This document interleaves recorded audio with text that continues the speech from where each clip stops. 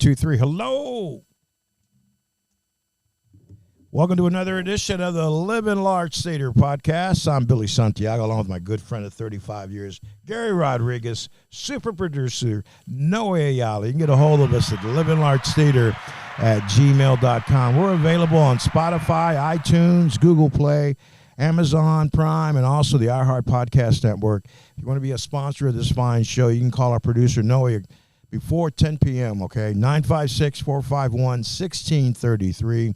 And make sure you rate our podcast, share it with a friend, leave a comment, and make sure you subscribe, okay, so you get a notification the next time we do a podcast. Gary, I see some tequila bottles on the table, buddy. What's going on Oh, here? my. Looks like we're going to have a party today, man. Oh, yeah. we're gonna take the Living Large Theater into the unknown realm. I do want to give credit to super producer Noe Ayala. You know, without him, we'd have no show. And if you ever thought about starting a podcast, because now that we're doing a podcast, I run into people that go, man, I've always thought about doing a podcast. I always say, hey, call super producer Noe Ayala. He can walk you through it. He can get you on the air and upload it into all the major podcast platforms, to include Google, Apple, iHeart, Spotify, and Amazon. That is Noe Ayala, super producer. You know, this show is all about entertainment. We want to talk about culture, sports, the arts, and also current events. And I'd be remiss if we didn't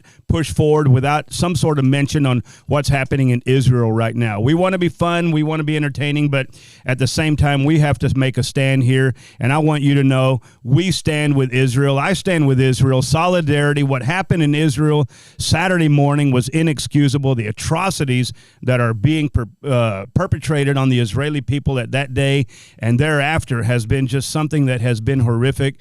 And I just want to make sure that while we're doing something that is relatively fun, that we do not discount all the pain and suffering going on right now in the Middle East. Our thoughts are prayer with the people in Israel. Hopefully this thing will get resolved before it gets extended, but it doesn't look good right now, Gary. Amen. Well, they got the man in charge, Benjamin Netanyahu, and that guy, he do not mess around. Oh. So, Israel, we're with you. Now, regarding Dak Prescott, not so much with you, bonehead. I don't know what is going on, but before we move into that realm, we're going to talk about who we have in our studio here. And by the way, the studios, Majestic Studios, courtesy of our benefactor, Mr. Ward Thomas. And these studios are state of the art. And this is where international superstar Bobby Pulido used to do all his practicing, all his recording, and everything, where we are right now. So Ward Thomas, Majestic Studios, thank you so very much. And that's right, we have, let me see here, Marco Gonzalez with his good buddy Ruben Alfaro. Now, Ruben is not going to be speaking today, but Marco Gonzalez, He'll be sipping. He'll be sipping, yeah. So Marco Gonzalez represents tequila, and the tequila is tequila Hacienda Dragon. Marco, welcome to the Living Large Theater. Thank you guys for having me here. I really do appreciate it. Absolutely. Hey, man, before we went hot with the mics here, we were doing a little discussion on the Cowboys and Dak Prescott, and I know we want to focus on all this great tequila here, but your thoughts? I mean, we were thinking about along the same lines regarding Dak Prescott. Talk to me. Yeah. He definitely is not the guy for the Cowboys. Actually, he's probably not the guy for any team right now. Well, you know, I think it was Jimmy Johnson that said, if you want to win games, Dak Prescott is your man. If you want to win championships, Dak Prescott is not your man. I think it was on full display against the 49ers that were playing with a quarterback who was the last guy chosen in the draft, and they call that guy Mr. Irrelevant. His name is Brock Purdy, and I have since purchased a website called the Purdy Niners. So my son and I are going to start doing a little merch. I'm a Cowboy fan, but hey, you got to hit when the iron's hot. Yeah, smart move. So, the PurdyNiners.com. That's ours. So, Dak Prescott, analyze it. I mean, you look like you know football. You know athletics. Analyze, what do you think is going on? Because I gave him, and I think we all did, I think we all gave Dak Prescott certainly the benefit of the doubt, because Absolutely. He looks like a beast. Yes. And he does well in some games, but he's not consistent. Your thoughts? Well, I mean, again, he's scared. I mean, you can put it all into that one word. You know, he doesn't. Scared of making a mistake or scared of getting hurt? I believe it's scared of getting hurt. Okay. Because the mistakes are going to happen, whether you're the greatest quarterback or the least of them. Yeah. You know, mistakes are going to happen. Yes, but yes. Scared is more of a fear of getting hit. He doesn't take the chances that he needs to. And then he holds back. He overthinks. Yeah. And doesn't execute. Yeah. And then when he does execute, it's too late. Yeah. And it's not the way it was meant to be played. I think what you're saying, if I could summarize, perhaps I'm incorrect, maybe correct, but he's just indecisive, because I see that. Very much so. And the announcers at the game say, well, you know, he had CeeDee Lamb wide open 30 yards down the field, and Dak missed him, you know, and he held on to the ball too long, and he ends up taking a sack. I see that. Too many mistakes. After, you know, this was the game that he had to prove that, hey, he's the quarterback for the Dallas Cowboys. And like Gary and I have been giving him the benefit of the doubt for 7 years now. And he shows up. It's not a playoff game. It's a regular season game. He can't get it done. Yeah. You know, he threw 3 INTs. Cowboys scored 10 points. Awful. It was just, it was depressing. I'm a Cowboy fan, not as diehard as Gary. And, you know, after that game, I was just so disappointed. I'm going like, man. You know, one of the things also, he's distracted. I looked him up after that loss. And I'm like, what the hell is this guy doing? Well, he sells real estate. So to me, he's the black Tony Romo. He works for Jerry Jones on the side on a company called Monument Realty, and they say, Monument Realty, the official real estate company of the Dallas Cowboys. I'm like, know that. Hey, fucker, get over there and study football. Don't worry about price index on the points of square footage or this and that. I mean, you can do that later. Yeah, nobody does. You've got to focus on football. Play, win a Super Bowl, and then you can sell more real estate than you ever would, as long as you can say, I won a championship for the Dallas Cowboys. Tony Romo was an idiot, because they interviewed him one time. Well, Tony, how important is it for you to win a Super Bowl? He goes, well, you know, winning the Super Bowl is not the most important thing in my life. And I'm thinking, you're a moron. As Cowboy quarterback, you're fired. That's winning the Super Bowl should be your only goal. Sir. To win the Super Bowl. As a quarterback in any team. Yes, but especially, America's team. Yeah, so I don't know. I think a lot of the problem also has to do with Mike McCarthy. You know, he's the play caller now. Is he on the hot seat, Gary? Is he on the hot seat? If he's not, he should be. But then you got the owner going on to the Fan up in Dallas, 105.3, and he's well, you know, we got Dak will get us where we got to go. I'm talking about Jerry Jones. He's talking about getting to a Super Bowl is what he's talking about. Yeah, take us to the Super Bowl, and Mike McCarthy too. They're not. I don't know what quarterback they're looking at. If it's Dak, then they need glasses. Yeah. You know? Well, Marco, what do you think about that move, him trading for Trey Lance? Now, that was the smartest thing he probably could have. I like Trey Lance. Really? I do. I think he was a great quarterback prior to his injury.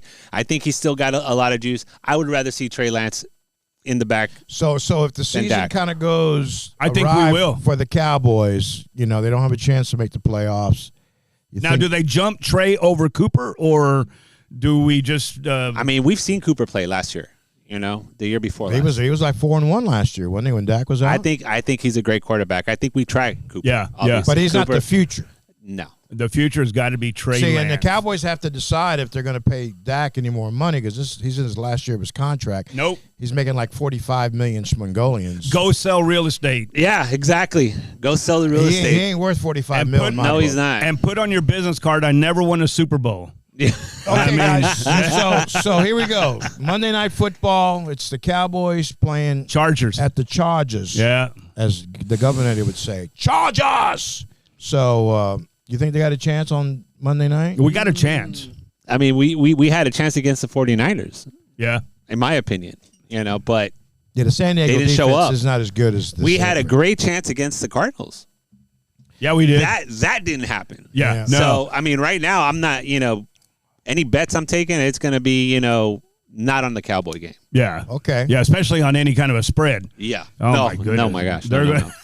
All right. Now, talk of the town. This is Hacienda Dragon Tequila. I'm holding in my hands a bottle of añejo. Yes, sir. So let's get back to the very beginning. Marco Gonzalez, what is your relationship with Hacienda Dragon, other than their most professional taster?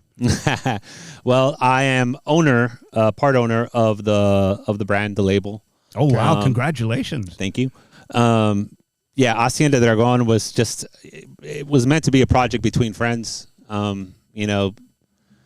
And once we started, getting into it and visiting the different distilleries, we found a awesome master tequilera. Her name's Miriam. She's out of Arandas, Jalisco. Okay. For Casa Tequilera Arandas. And we've tasted different tequilas. We were there. She actually has a brand of her own that's there at the tequilera as well. We went through different tasting phases, and we wanted our tequila to be something that could be drank by itself to begin with. You can mix it. You can mix it with any drink. As a matter of fact, we were recently at a golf tournament in California, and we had our tequilas out there, and we had this awesome mixologist who put together the most delicious paloma you'd ever drink. What's a paloma? Describe it. Okay, paloma is the traditional tequila drink. Okay, to begin with.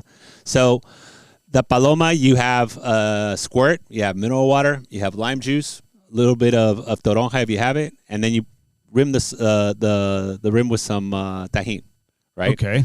The tequila obviously is the main ingredient in the one shot or a shot and a half. Yeah, I believe it was about 2 ounces if I'm not mistaken. Okay. But for the tournament, because we were serving all these golfers out there, we decided, hey, let's just keep it to 1 ounce, so that way they can actually go out and golf. Yeah, we didn't want them passed out on hole 9 or hole 1. We're out there, you had to pace them. You had to pace them. Yeah. We definitely had to do that, and we took a whole bunch of bottles thinking it's all going to be gone. But the way we served it, the way we did it, we actually were left with half the. That is awesome. Let me throw this in there. A few weeks ago, the Living Large Theater podcast was on South Padre Island, and we had a blast out there. Noe brought a bottle extra añejo tequila.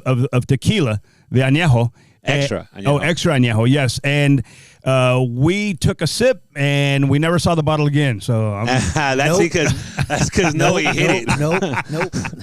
Yeah. Hey, you know what though, Marco? What you're saying though, we did it with some ice.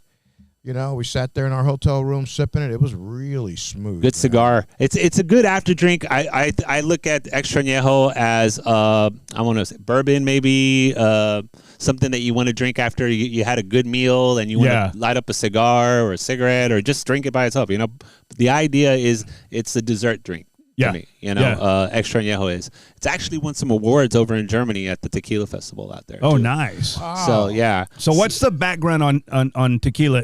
It has to come from Jalisco? Yes. In order for it to be named tequila, it's got to be on the lands designated by the commission, the Comisión Tequilera. For the agave plants. For the agave plants, exactly. Okay. So when you go talk to this lady at the Tequilera, Master Tequilera, yes. Do you tell her what kind of agave plants you want to try with this tequila? How does that work? So we purchase the plants from a different farm, right? So the farm that we go to has blue agave, okay, which is the most organic form of the agave that they have out there. It's, in my opinion, probably the one that tastes better. Everybody's got their own opinion behind it, but that's my opinion. Okay. The blue agave. Blue agave. Okay. Exactly. It has to be 100% agave. You can't have any sort of anything else but tequila in there. You know what I'm saying? So that would be considered pure? This is pure agave. Okay. Exactly. Now you got some bottles out there right now in the market that they're being called mixtos because they're adding sugar and all this other stuff to it, and it's also got tequila in there, but it's not pure. It's not pure. Yeah, no, it's not. Big difference. Big, huge difference. What sets Hacienda Dragon apart from the other tequilas? Because, like Billy said, when Noe had that bottle on the island before he hit it, we took a shot, and I sipped it. I sipped it, but it was such a clean taste. Yeah. It didn't have any like a sedimentary attachment to it. It was just real cut and dry, good clean tequila. Well, the beautiful thing about our tequila, it's 0 additives. So you're not going to get any other taste in it except for the tequila. With the añejo and the extra añejo, you're going to get the taste of the barrel. The barrel's going to have a little bit of a vanilla taste, a little sweeter side to it. So that's why you taste that sweetness in the añejo and the extra añejo. Well, we're not here to despair any other tequilas out there, but no, absolutely not. Somebody told me one time that Cuervo Gold is not really a tequila; it's more of a rum. I mean, it's a mixto.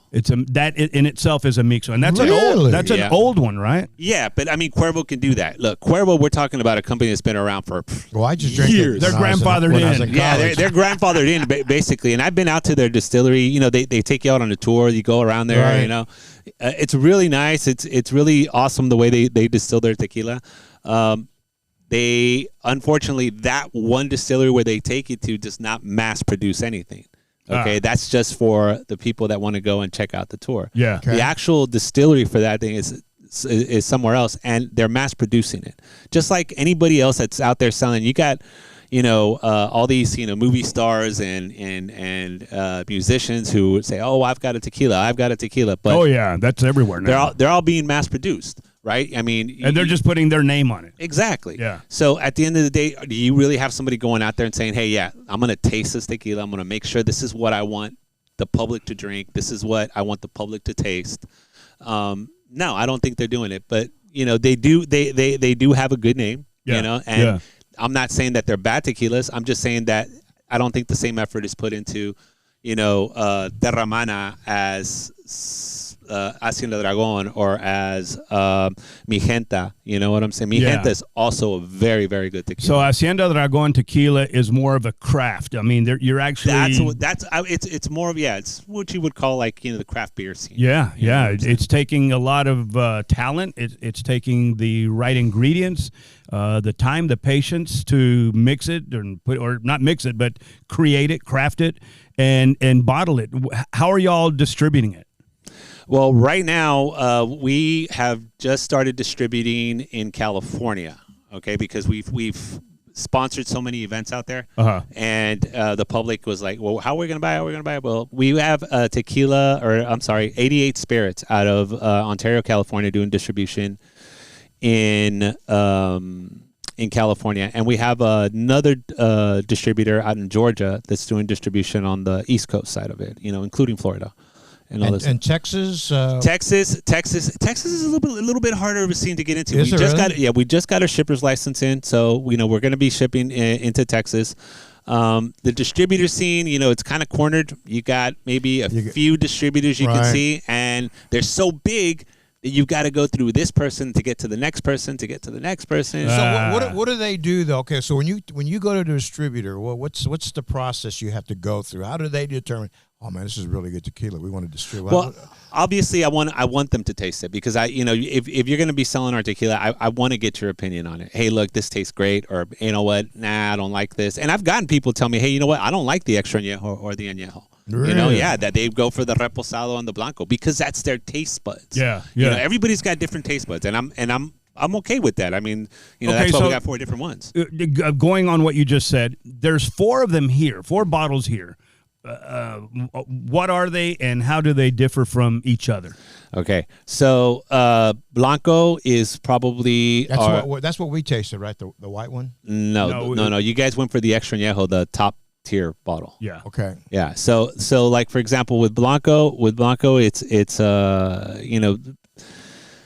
most of the time when you go out and you take a shot of Blanco, say, hey, let me have a tequila. What are you, Patron? And you take it and you're like, oh, give me a lemon, right? You want to suck on that lemon to get that aftertaste out or have a chaser with it, right? That's the way it goes.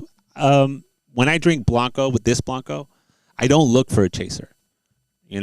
It's not that type of tequila. Yeah. How do you sip it, or you don't shoot it, do you, or do you shoot it? No. I don't shoot any of tequilas. Okay. But again, I used to be that person. Yeah. I used to be the person that just give me a tequila and mocos. You know what I'm saying? But it's not like that anymore. To me, drinking tequila is like, okay, let me get the flavors out of this. What kind of flavors what are the notes am I going to be able to taste out of this tequila? Yeah. You know what I'm saying? What are your goals with this? A worldwide distribution eventually, or I mean, do you see that down the road? I definitely see it. We're actually selling in Lebanon right now. Really? Yeah, we got buyers in Lebanon, Canada. Let's send some of this to the Gaza Strip. Maybe we can put those guys to sleep. That's the idea. Yeah, it's everybody's got a different scene. To be able to sell alcohol in any Arab country, it's a pain in the butt. Yeah, of course. You know what I'm saying? So we don't mess with that. Yeah. If the buyers come to us, we sell, we ship. It's on you. Yeah. You know what I'm saying? So. Yeah. No, we. I guess traditionally, when people think about tequila, they're always attaching. Wow, I woke up with a hell of a hangover, but that doesn't happen with this. Well, it doesn't happen. Generally speaking, but like if you were talking about Jose Cuervo a minute ago, the Blanco or the one that you said, 1800, yeah, you're gonna get a hangover from it because it's got sugar. I actually drank that the day of the Depeche Mode concert and no hangover. I was good. That's awesome. Yeah, that is good. awesome. No So it's the sugars of what we mix with the tequilas. Like I used to do tequila and orange juice. Orange juice has got sugar in it. Yeah, that's gonna give that's gonna give you the hangover at the end of the day. It's the sugars that you drink with it. Now, if you drink the Blanco, the Reposado, Añejo, or the Extra Añejo by itself, as a sipping drink or something like we'll serve a shot of it. I'll drink half the shot, flavor it, and then put it back down, and then have a conversation, and then finish my other shot, slower. You know what I'm saying? Noe brought some cups in here. Noe, what are those for? I think he wants you guys to taste some tequila. Okay, well, taste testing going on here. How do we do this? I'm strapped down with headphones. Ruben, you want to help out, or what are we doing here? Okay. Marco, describe what we're doing. First of all, this is the Living Large Theater podcast, broadcasting from the beautiful Majestic Studios here under the benevolent generosity of Ward Thomas. Ward Thomas, thank you so much for allowing us here and having fun as we move along with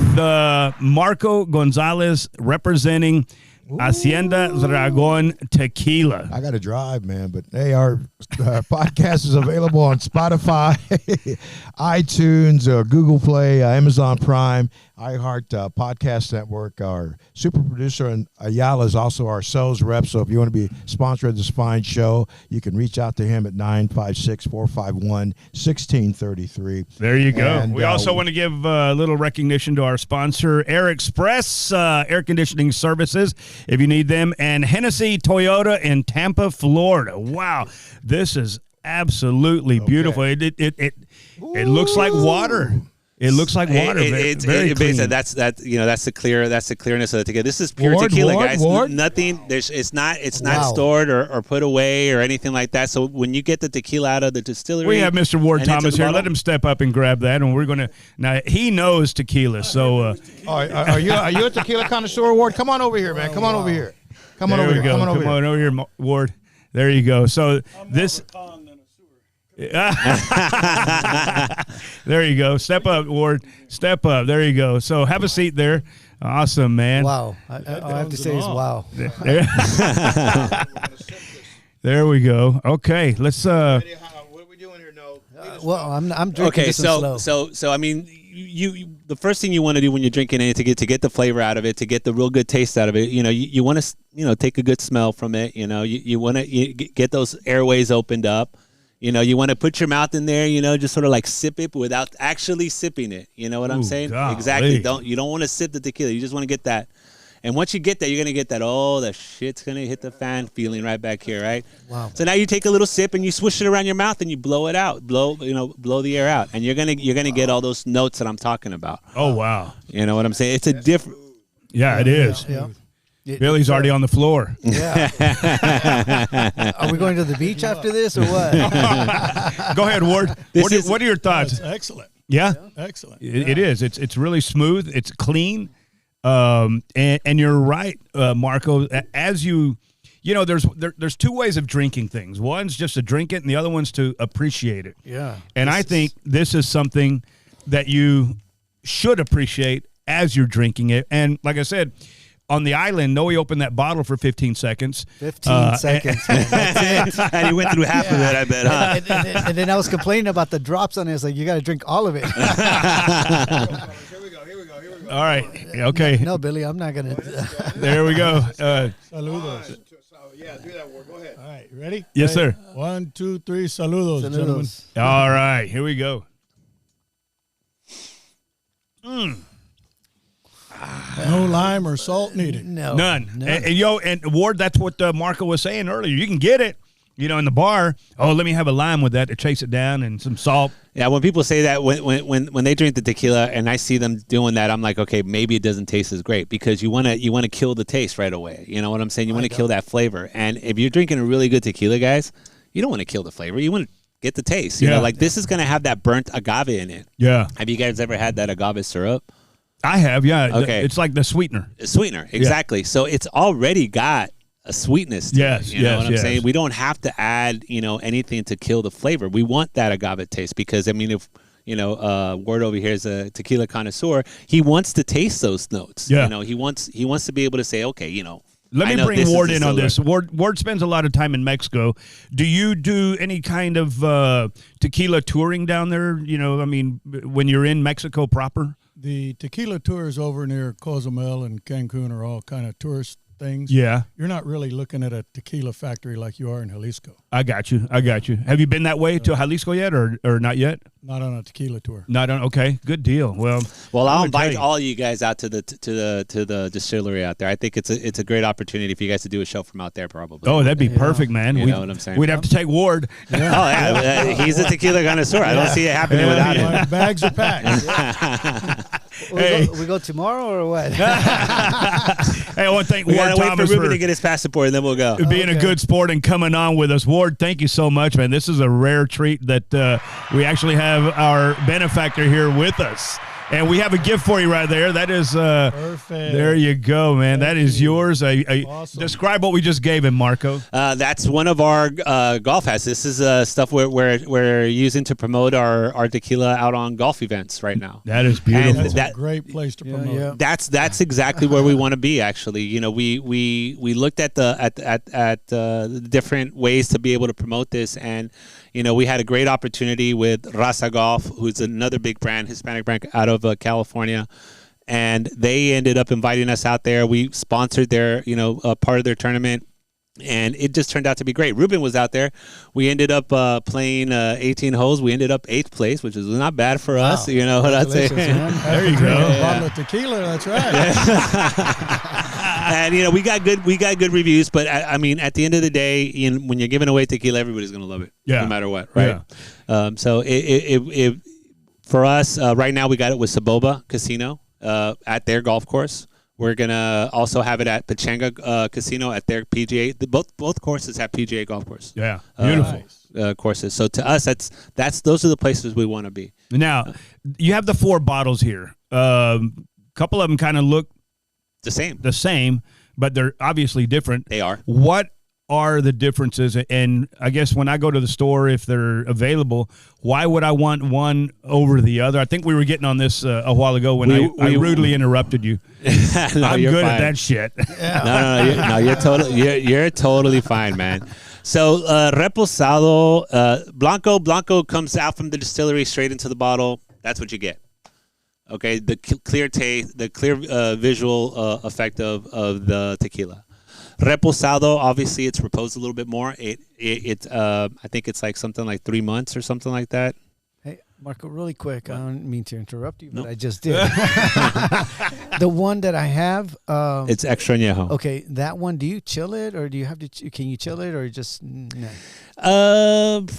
It's aged 3 years, bro. That's a good question. You know what I'm saying? So it really never is chilled. Just depends how you like to drink it. I like to drink it, in my opinion, room temperature, but I'll pour it over a big old fat ice or some ice in the bottle, and then sip it that way. So you will add the cold factor to it a little bit. A little bit, yeah. Sometimes, I mean, when we drank it, the first time I drank the extra añejo, when we first got it bottled up, we go out there and I bring the distributor from California, and we're all at Lake Chapala. We're right next to the lake drinking that bottle of extra añejo, and we finished it all. Wow. We didn't mix it. We didn't put ice in it. we just, had great conversation, great time. I don't think I've ever had a better time sitting down sipping tequila than I did that day. That's more beautiful. so because it was like, oh shit, this is our tequila. You know what I'm saying? You see, that's what I was going to do at the island, but I was trying to get rid of the guys. Oh, good. One shot. They were going to be there all night. Yeah, you know what? I'll tell you guys what, man. It's definitely something for conversations to have. You can sit around the table, have some, good laughs, good drinks, good conversation with the extra añejo or even the añejo. Ruben has tasted all of them. Okay, I bet he looks happy. So, but and I thought he, because of the way Ruben's gone through different tastings, I'm pretty sure all his life because he used to own a bar, right? So this guy, I said, what do you think about the extra añejo now? You know what I'm saying? And he said, I like the extra añejo, but when he tasted the añejo, he said, this is the one. This is the one I like. Oh, nice. You know what I'm saying? Yeah, so, to me, everybody's got a different palate.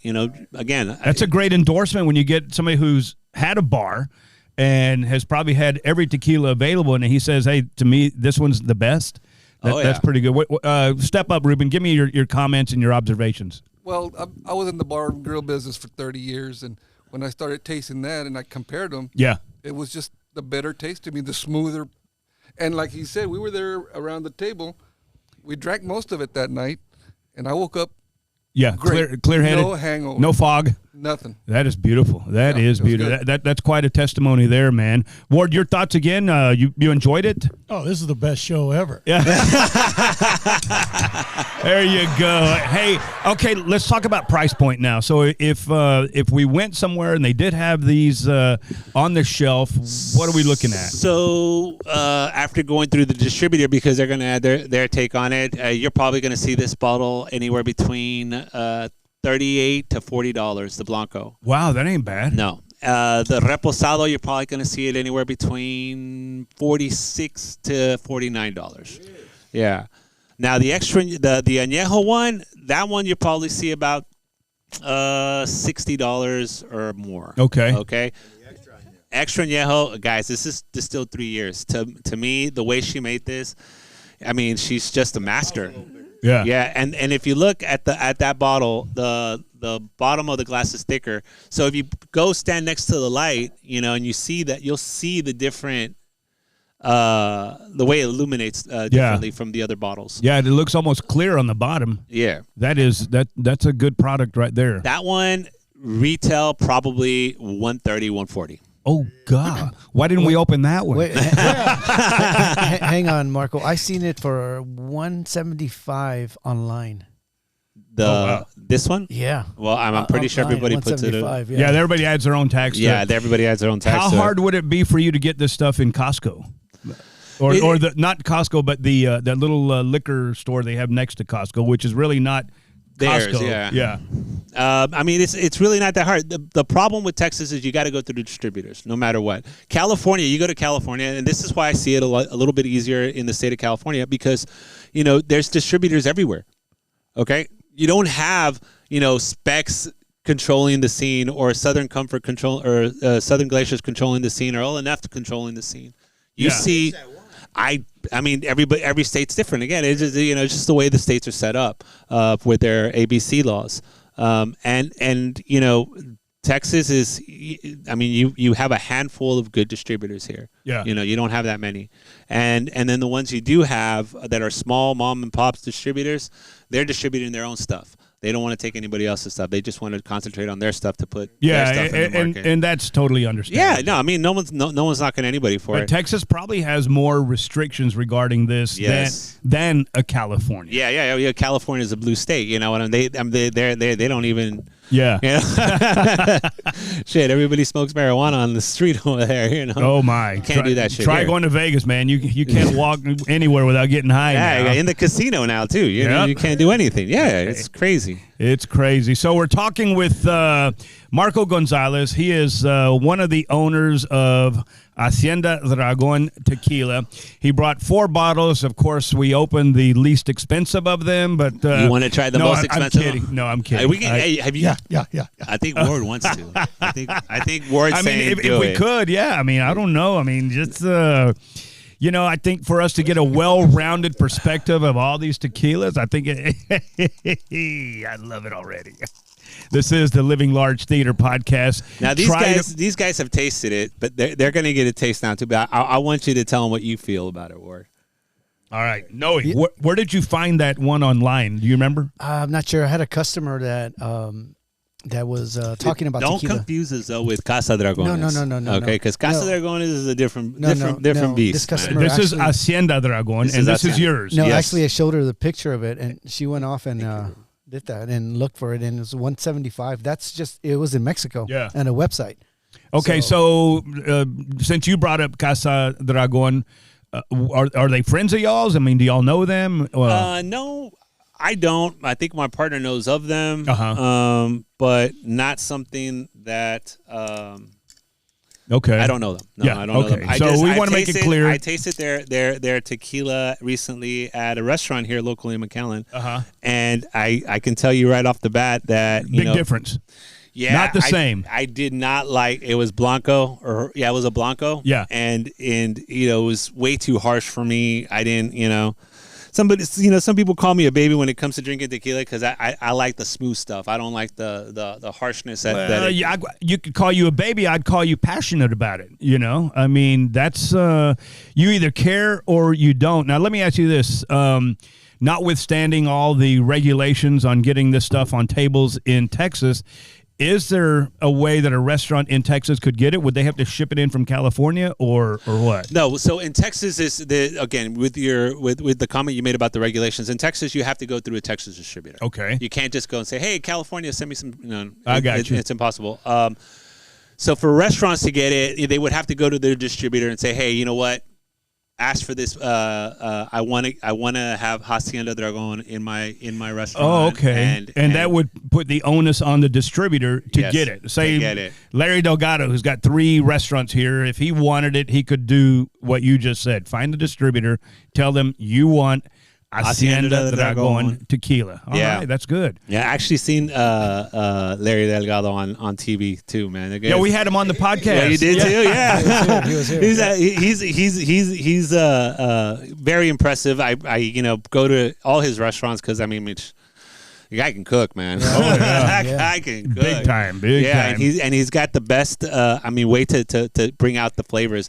I would love for him to try our tequila. You know what I'm saying? Oh yeah, we'll get that opportunity. We can arrange that. Yeah, let's definitely do that. So, you guys are about to taste some the Extra Añejo. Okay, Extra Añejo, aged 3 years. You're gonna taste that vanilla flavor. You're gonna have different soft notes on it. This is definitely something that you want to sip, not this is an amber looking as opposed to what we had earlier, which was a totally clear one. This is an amber looking one. So I'm going to make a toast right here to everybody who's got a glass here, and to you listening. Ready for this? Here we go. To us and to those who aspire to be like us. Hear, hear. That's something else. Billy, you might want to get off the floor, Billy. That is good. What do you think, Ward? Describe it. Perfect. Yeah? Yeah. Did you roll it around on your tongue and swish it? And I got just a little bit left. Yeah, that's like you said, Marco, this is something you want to appreciate. You don't want to go out with your buddies and just get torn up on this. You want to sit back, maybe have a cigar. Ward, do you smoke cigars? Do not. Okay, but neither do I. Okay, maybe a cigar, a joint, something that you're really going to something you're really going to want to sit back and think about the day and think about what you're going to be doing tomorrow and counting your blessings. And I think this is it right here, man. Yeah. I really do. I think this is definitely a campfire sort of drink. You want to sit back, relax, enjoy. Maybe discuss the old days or the new days coming. You know what I'm saying? So yeah. There's a tequila for every occasion. I would say absolutely. A time to reflect and a time to project. How often do you get down to Mexico? as often as I possibly can. Actually, we got a trip planned out for November, just waiting for Ruben to get his passport. Okay. But the idea for me, to be out there is, obviously I want to take care of business too. I want to be able to go out there and do what I have to do for the business. But aside from that, I mean, the culture in Mexico, the being in Guadalajara, being in Arandas, I mean, you just don't see any of that stuff out here. It's a different beast out there, different world. What's the culture when you get there? I mean, is it safe? Yeah, no. Everybody's always afraid about, the violence and all this stuff that's going on out there. And I'll be honest with you. Look, hey, if you're not out there, in the wrong scene, looking for the wrong things, you're going to be fine. Okay. There's nothing to worry about in Mexico. Okay. But again, you will have the you will hear bullets flying sometimes. You know what I'm saying? That's reassuring. Give me another shot. Yeah. No, but not in the essence like in front of you, but you'll hear them miles away being shot. Like a mosquito. I guess that's an occupational hazard for you. Yeah. Well, it's not really a hazard because it's not in the. So when we go, we stay at the safest places. Oh, there you go. We don't go and we don't stay at. It's probably safer where you stay in Mexico than it is in California. Oh, 100 times safer. 100 times safer. It is crazy, but that comment alone is correct. Yeah. There's places in California where dude, don't go in there. Yeah. You know what I'm saying? Do not do that. Yeah, Billy and I went to San Francisco when it was doable, go over there. Yeah, you can't do that anymore. Oh, my goodness, man. See, San Francisco is dangerous. I would say, more so than Guadalajara. It is. And I've never been to Guadalajara, but I've been to San Francisco. And even when we got there, we stopped at a red light. We rented a convertible. We were at a red light, and this guy was bumming for change. And I looked down on the console. There was a dime, a penny, and a nickel, 16 cents. I'm like, here, man, that's all I got. So he took it, and we're driving away. I look in the rearview mirror. The guy's shooting me the finger, and I'm like, what the hell? That's all I had. And that was in San Francisco, so it's really crazy. People in California expect more. How often you get over there to California? Just got back. But that's something that's necessary. You have to do that, right? Yes. For right now, I'm my job here in the States more than anything is to push our product on liquor stores, restaurants, bars, golf courses. Golf courses again, it's where we want to end up, where we want to be. Ward gave that a second emotion right there too. So golf courses is probably where it is. But you're talking about the upper end golf courses. Yeah, of course. We have California Country Club, where the event was hosted. I mean, they want the tequila there in their bar, at their bar, at their golf courses. Yeah. And we're gonna right now what we're doing is just placing the bottles at the bars, right? That's what we want. We want the bottles at the golf course bars. And at some point,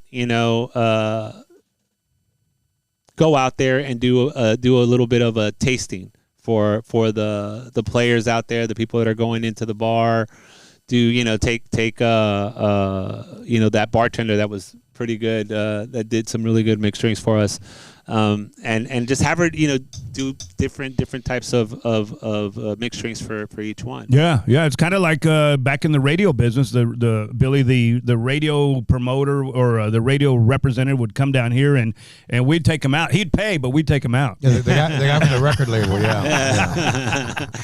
And it was always the most expensive place. Yeah.